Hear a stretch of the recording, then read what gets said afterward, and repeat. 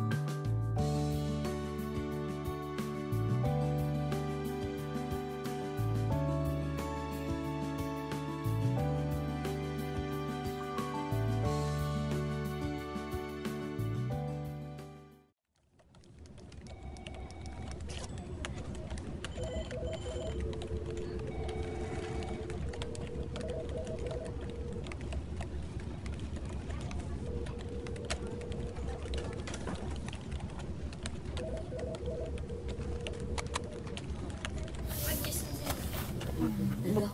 Tingnan mo yung bago tumating na mag-a-apply. Tingnan mo yung itsura niya. Bae ba yun? Sumanak, babae siya eh.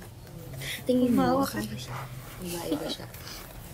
Ang babae, pero katawang lalaki.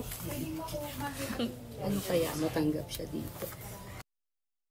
Magandang umaga po. Ako po si Jose Reyes Jr. Mag-a-apply po ako ng trabaho. Ito po ang aking resume. Okay.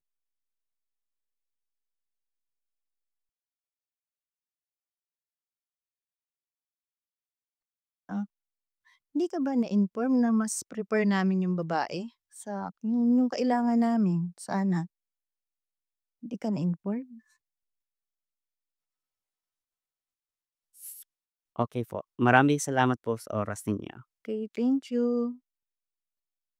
Araw-araw nag-a-apply ako, pero isa lamang ang sagot na hinahanap nila. Babae.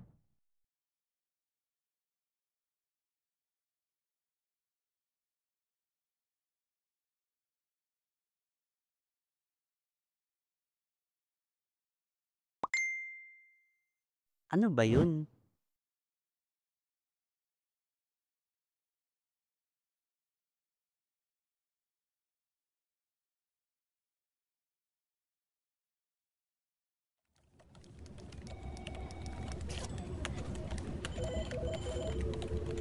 Morning po.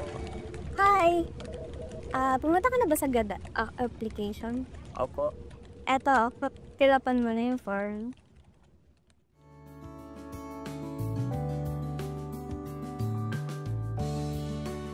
Sa Gender and Development Office, natutunan ko na ang tunay at pantay na opportunity ay para sa lahat.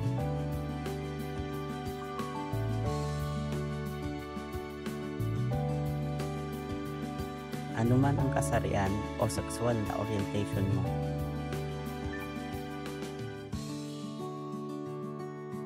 At sa tanong na sino nga ba ako? Ako si Josa.